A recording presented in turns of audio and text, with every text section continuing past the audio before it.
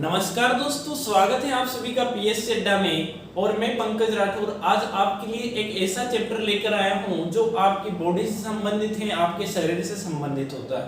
और दोस्तों आज का जो चैप्टर है उसका नाम है ग्रंथियां, ग्लैंड्स। तो दोस्तों ग्रंथियां क्या होती हैं, ये किस प्रकार से कार्य करती हैं और कौन से पदार्थों का स्त्रावण करती हैं और कहां पर स्थित होती हैं और इनकी शरीर में जरूरत क्या होती है, क्या ये नहीं होती तो शरीर कार्य नहीं कर सकता। तो उन सब चीजों के बारे में जानने के लिए वीडियो को बिना स्किप किए अंत तक जरूर देखें और हमारे वीडियो को लाइक करें, शेयर करें तथा पीएससी अड्डा के यूट्यूब चैनल को सब्सक्राइब जरूर करें। तो दोस्तों सबसे पहले जानते हैं कि ग्लैंड्स क्या होती हैं, ग्रंथियां क्या होती हैं। तो वे पदार्थ, वे ऑर्गन जो पदार्थों का क्या करते हैं, स्त्रावण करते हैं या पदार्थों को निकालते हैं, उनको स्त्रावित करते हैं, उनको ग्लैंड्स कहा जाता है। तो पदार्थ कैसे, जैसे कि आंसू होते हैं, अपने आंसू होते हैं, आंखों में से आते हैं, स्त्रावित होके कहीं ना कहीं से तो बन के आते हैं।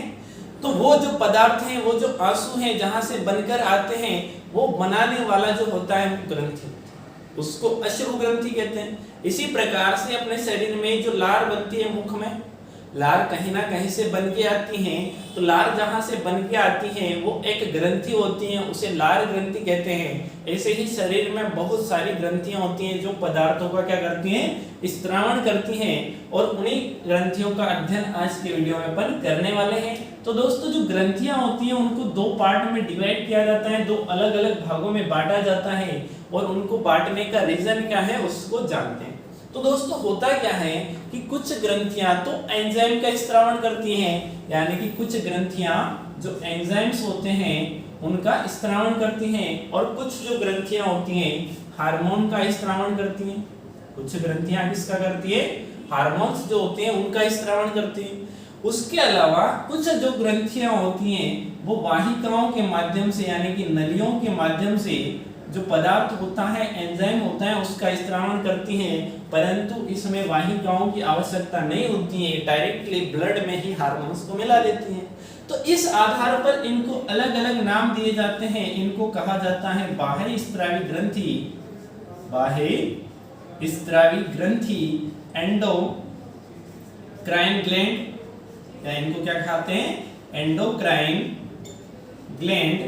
और जो हार्मोन का स्त्रावण करती है, जिनमें नलियां नहीं होती हैं, इनको कहा जाता है एक्सोक्राइन,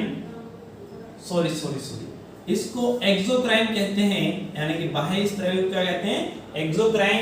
और इनको कहते हैं एंडोक्राइन, यानी कि अंतःस्त्रावी ग्रंथियां, अंतःस्त्रावी ग्रंथियां जो हार्मोन का स्त्रावण करती हैं और जिनमें वाहिकाओं की आवश्यकता नहीं होती, इनको बाह्य स्त्रावी या एक्सोक्राइन और इनको अंतःस्त्रावी एंडोक्राइन कहते हैं।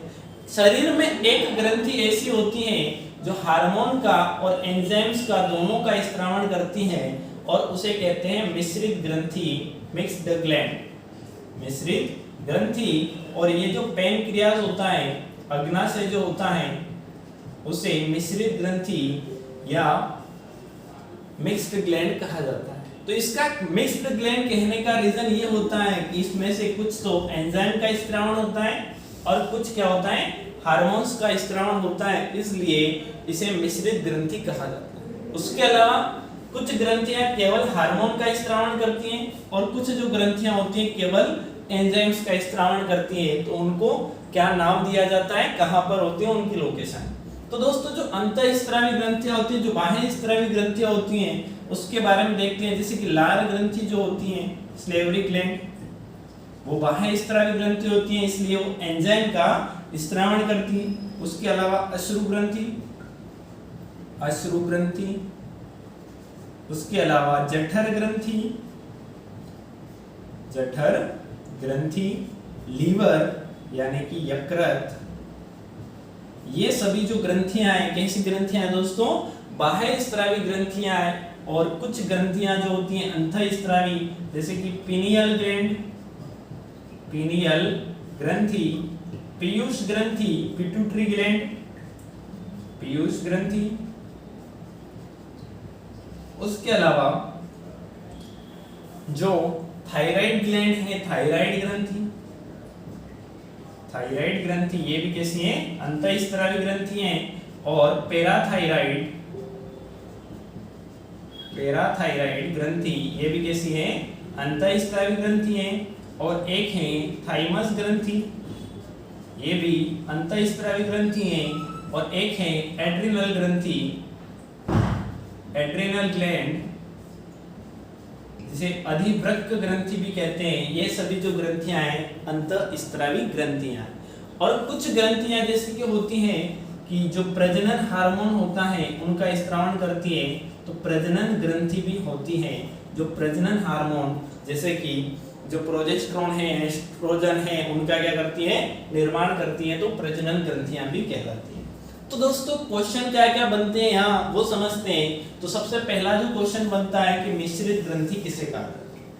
सबसे पहला जो एग्जाम्स में क्वेश्चन बनता है कि मिक्स्ड ग्लैंड किसे कहा जाता है। अग्नाशय को कहने का रीजन भी पता होना चाहिए कि ये हार्मोन्स का और एंजाइम्स का स्त्रावण करती हैं। तो जो अग्नाशय होती हैं उससे कौन कौन से एंजाइम्स निकलते हैं, कौन कौन से हार्मोन निकलते हैं, उनके बारे में देख लेते हैं। तो अगर एंजाइम्स की बात करें तो ट्रिप्सिन, एमाइलेज और लाइपेज, ये जो एंजाइम हैं ये कहां से निकलते हैं, अग्नाशय से निकलते हैं, पैनक्रियास से निकलते हैं। और इससे कुछ जो हार्मोन होते हैं वो भी निकलते हैं, जैसे कि इंसुलिन, ग्लूकागॉन और पॉलीपेप्टाइड। ये सभी जो हार्मोन्स हैं वो कहां से निकलते हैं, जो अग्नाशय होते हैं। तो इससे हार्मोन का स्त्रावण भी होता है, एंजाइम्स का भी होता है, इसलिए इसको मिश्रित ग्रंथि कहते हैं। बाकी जो ग्रंथियां उनके बारे में अपन पढ़ने वाले हैं कि लाल ग्रंथि किसे कहते हैं, पीयूष ग्रंथि, पिनियल ग्रंथि, एड्रिनल किसे कहते हैं, थाइमस किसे कहते हैं। तो सारी जो ग्रंथियां हैं उनके बारे में अब हम पढ़ने वाले हैं। तो अब सबसे पहले देखते हैं दोस्तों पीयूष ग्रंथि के बारे में। अंतःस्रावी ग्रंथियों के बारे में सबसे पहले देखेंगे, फिर देखेंगे बाह्यस्रावी ग्रंथियों के बारे में। तो पीयूष ग्रंथि किसे कहते हैं, पिट्यूटरी ग्लैंड किसे कहते हैं, सबसे पहले उसके बारे में देखते हैं। और इससे कौन कौन से जो हार्मोन है उनका स्त्रावण होता है, क्योंकि एक अंतःस्रावी ग्रंथि है इसलिए हार्मोन का स्त्रावण करेगी। तो कौन कौन से हार्मोन पीयूष ग्रंथि से निकलते हैं उसके बारे में अपन देखते हैं। तो सबसे पहला जो अपना हेडिंग होगा वो होगा पीयूष ग्रंथि, पिट्यूटरी ग्लैंड। इससे बहुत क्वेश्चन पूछे जाते हैं। एक महत्वपूर्ण ग्रंथि होती है बॉडी की, और अपना जो शरीर होता है उसके बहुत से भाग हैं, जैसे कि मस्तिष्क वाला भाग हो गया, तो ये मस्तिष्क वाले भाग में पाई जाती है। तो जो पीयूष ग्रंथि होती हैं इसका पूछा जाता है कि इसको और किस नाम से जानते हैं, तो इसको मास्टर ग्रंथि कहते हैं। क्या कहते हैं, मास्टर ग्रंथि। या पूछा जाता है कि मास्टर ग्रंथि किसे कहते हैं, तो किसे कहा जाएगा, पीयूष ग्रंथि को कहते हैं। और इसका रीजन ये होता है कि जितनी भी और अंतःस्रावी ग्रंथियां होती हैं उनके ऊपर कंट्रोल करती हैं, हार्मोन का स्त्रावण करके उनको कंडक्ट करने का काम करती है, इसलिए इसे ग्रंथियों की ग्रंथि या मास्टर ग्रंथि कहा जाता है। उसके अलावा इससे एक और क्वेश्चन में पूछा जाता है कि शरीर की सबसे छोटी, बॉडी की सबसे स्मॉलेस्ट जो ग्लैंड है, सबसे छोटी जो ग्रंथि है वो कौन सी है, बॉडी की सबसे छोटी ग्रंथि पीयूष ग्रंथि है। हालांकि इससे छोटी एक और ग्रंथि होती है, परंतु एग्जाम में इसको ही सबसे छोटी माना जाता है और ऑप्शन में उस एक और छोटी पिनियल ग्लैंड का नाम नहीं होता है, और पीयूष ग्रंथि को ही सबसे छोटी या सबसे स्मॉलेस्ट ग्लैंड माना जाता है। एक ये पूछा जाता है कि इसका आकार कैसा होता है या कैसी दिखती है, कितनी बड़ी होती है। तो एक जो मटर का दाना होता है, मटर के दाने जैसी होती है, मटर के दाने का जो आकार होता है वैसा इसका ही आकार होता है। और ये जो हाइपोथैलेमस होती है, मस्तिष्क का एक भाग होता है हाइपोथैलेमस, उसके नीचे होती है, हाइपोथैलेमस के नीचे वाले भाग में स्थित होती है। और हाइपोथैलेमस जो होता है मस्तिष्क का एक भाग होता है, तो उसके नीचे वाले भाग में जो पीयूष ग्रंथि होती है ये स्थित होती हैं। और इसका अगर भार पूछ लिया जाए कि इसका भार कितना होता है, तो इसका जो भार होता है 0.5 ग्राम होता है, यानी कि आधा ग्राम इसका भार होता है। और इसकी साइज अगर देखी जाए तो 3 से 4 सेंटीमीटर इसकी साइज होती है, या 3 सेंटीमीटर से 4 सेंटीमीटर के बीच में वेरी करती हैं, ऐसी इसकी साइज होती है और मटर के दाने के जैसी दिखाई देती है। अब इतनी सी बड़ी ग्रंथि सारी ग्रंथियों के ऊपर नियंत्रण रखती हैं, इसीलिए इसको क्या कहते हैं, मास्टर ग्रंथि कहते हैं। और किस प्रकार से नियंत्रण रखती हैं अब उसके बारे में देखते हैं। तो इसको भी अध्ययन की दृष्टि से अलग अलग 3 भागों में क्या किया जाता है, डिवाइड किया जाता है। एक होता है इसका अग्रभाग, यानी कि आगे वाला भाग जो केवल एक मटर का दाना है, उसको भी 3 भागों में डिवाइड किया गया है, अग्रभाग, मध्य भाग और एक होता है पश्च भाग। एक कौन सा होता है, पश्च भाग। तो इनमें से बहुत सारे जो हार्मोन्स होते हैं वो स्रावित होते हैं। तो अगर देखा जाए कि इसके अग्रभाग में से तो FSH, LH, PH, GH और ACTH, ये जो हार्मोन्स होते हैं इनका क्या होता है, TSH। इन सभी हार्मोन का जो स्त्रावण होता है इसके अग्रभाग से होता है, इसका जो मध्य भाग होता है उससे MSH हार्मोन का स्त्रावण होता है, और इसका जो पश्च भाग होता है उससे एक महत्वपूर्ण हार्मोन ऑक्सीटोसिन का स्त्रावण होता है, तथा एक और जो हार्मोन होता है दूसरा इसी भाग से स्रावित होता है जिसका नाम होता है ADH हार्मोन, या इसको ADH या वेसोप्रिन कहा जाता है, ADH या वेसोप्रिन कहा जाता है।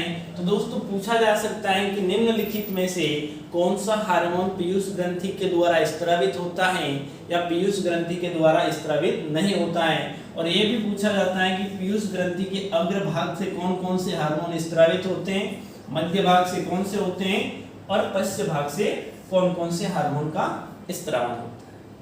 तो सबसे पहले देखेंगे कि जो पश्च भाग है उससे जो ऑक्सीटोसिन हार्मोन निकलता है और ADH हार्मोन निकलता है वो क्या कार्य करते हैं उनके बारे में। तो पीयूष ग्रंथि के पश्च भाग से जो ऑक्सीटोसिन हार्मोन निकलता है और ADH हार्मोन निकलता है, ये महत्वपूर्ण हार्मोन होते हैं और एक क्या काम करते हैं। तो सबसे पहले देखेंगे ऑक्सीटोसिन हार्मोन के बारे में। ऑक्सीटोसिन हार्मोन और हार्मोन है तो अंतःस्रावी ग्रंथि और पीयूष ग्रंथि के पश्च भाग के द्वारा क्या किया जाता है, स्रावित किया जाता है। और इस हार्मोन की वजह से मांसपेशियों का संकुचन होता है। मांसपेशियां जो होती हैं, मसल्स जो होती हैं, उनका मांसपेशियों का संकुचन संभव हो पाता है, या मांसपेशियां क्या होती हैं, संकुचित होती हैं। तो जब मांसपेशियां संकुचित होती हैं तो ये महिलाओं में उत्पन्न होता है या महिलाओं में स्रावित होता है। कब, जब उनमें प्रसव पीड़ा होती है। तो प्रसव के समय या प्रसव कराने के लिए ये जो हार्मोन होता है महत्वपूर्ण होता है। प्रसव के लिए, प्रसव को कराने के लिए नॉर्मली ये जो ऑक्सीटोसिन हार्मोन होता है ये महत्वपूर्ण होता है। उसके अलावा दुग्ध स्त्रावण में भी सहायक होता है। जो पशु हैं उनके जब बच्चे की डेथ हो जाती है तो दूध नहीं देते हैं, तो दूध स्त्रावित करने के लिए ऑक्सीटोसिन हार्मोन को बाहर से भी दिया जाता है। और इसके कारण जो सेक्सुअल डिजायर्स होती हैं वो भी उत्पन्न होती हैं या बढ़ती हैं ऑक्सीटोसिन हार्मोन के द्वारा। एक जो दूसरा हार्मोन होता है पश्च भाग के द्वारा, उसे ADH या ADH का जो पूरा नाम होता है वो होता है एंटी डियूरेटिक हार्मोन, या इसे वेसोप्रिन भी कहा जाता है। क्या कहा जाता है, वेसोप्रिन भी कहा जाता है। तो ये शरीर में, ये जो हार्मोन होता है शरीर में पानी की मात्रा को नियंत्रित करने के लिए किडनी को ऑर्डर करता है, या किडनी को सही ढंग से कार्य करने के लिए प्रेरित करता है, और शरीर में पानी की मात्रा को क्या करता है, नियंत्रित करता है, या नियंत्रित उसको रखने का कार्य करता है, या किडनी को ऑर्डर करता है कि वो पानी की मात्रा के ऊपर क्या रखे, नियंत्रण रखे। अगर कॉफी ज्यादा पी जाए या एल्कोहल, कॉफी या एल्कोहल जो है जैसे कि शराब होती है, वाइन होती है, उनका जब सेवन किया जाता है तो जो एडीएच हार्मोन होता है वो वीक हो जाता है। एडीएच हार्मोन क्या हो जाता है? वीक हो जाता है। और किडनी जो होती है पानी की मात्रा को नियंत्रित नहीं रख सकती, तो इससे क्या होता है? बार बार यूरिनेशन होता है, बार बार यूरिनेशन होगा, बार बार यूरिनेशन होता है। तो इससे पानी की जो मात्रा है वो नियंत्रित नहीं रहती किडनी के द्वारा, और किडनी इससे प्रभावित होती है एडीएच के वीक होने से। और ये किससे प्रभावित होता है? कॉफी और एल्कोहल का ज्यादा सेवन करने से। इसीलिए जो एल्कोहल का और कॉफी का सेवन करते हैं उनका यूरिनेशन जो होता है वो बार बार होता है, या उनका जो एडीएच हार्मोन हो जाता है वो क्या हो जाता है? वीक हो जाता है। पिट्यूटरी ग्लैंड का जो मध्य भाग होता है उससे एक एमएसएच हार्मोन का स्त्रावण होता है, और वो एमएसएच हार्मोन क्या होता है उसके बारे में।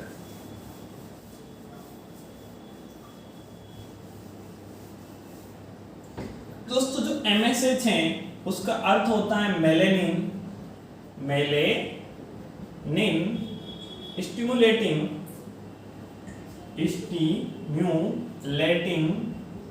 हार्मोन। यानी कि जो मेलेनिन होता है उसकी मात्रा को कंट्रोल करता है या उसको उत्पादित करता है, मेलेनिन का उत्पादन करने में सहायक होता है। तो ये मेलेनिन क्या होता है? मेलेनिन। तो दोस्तों मेलेनिन एक ऐसा पदार्थ होता है, एक ऐसा हार्मोन होता है जो अपनी त्वचा में पाया जाता है। अगर मेलेनिन नहीं होगा या मेलेनिन की मात्रा अगर कम होगी तो जो त्वचा होगी वो कैसी होगी? फेयर होगी, गोरी त्वचा होगी।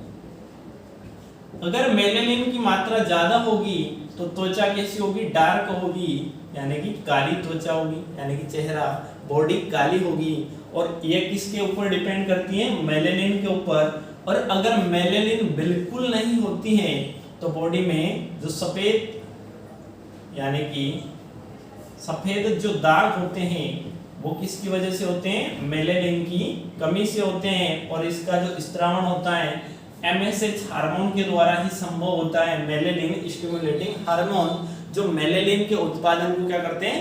बढ़ाते हैं। अगर ये नहीं होगा तो जो सफेद दाग होंगे वो पूरी बॉडी पर हो जाते हैं। और ये पूछा जाता है कि शरीर का रंग किसके ऊपर डिपेंड करता है?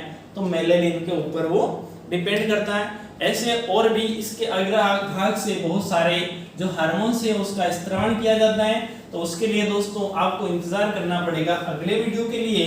और उसके बाद उसी वीडियो में हम देखेंगे कि और जो ग्रंथियां हैं जैसे कि थायराइड ग्रंथि, पिनियल ग्रंथि, पैराथायराइड ग्रंथि, थाइमस ग्रंथि, एड्रिनल ग्रंथि कौन कौन से हार्मोन का स्त्रावण करती है और ये क्या क्या कार्य करते हैं। तो दोस्तों वीडियो को अंत तक देखने के लिए धन्यवाद।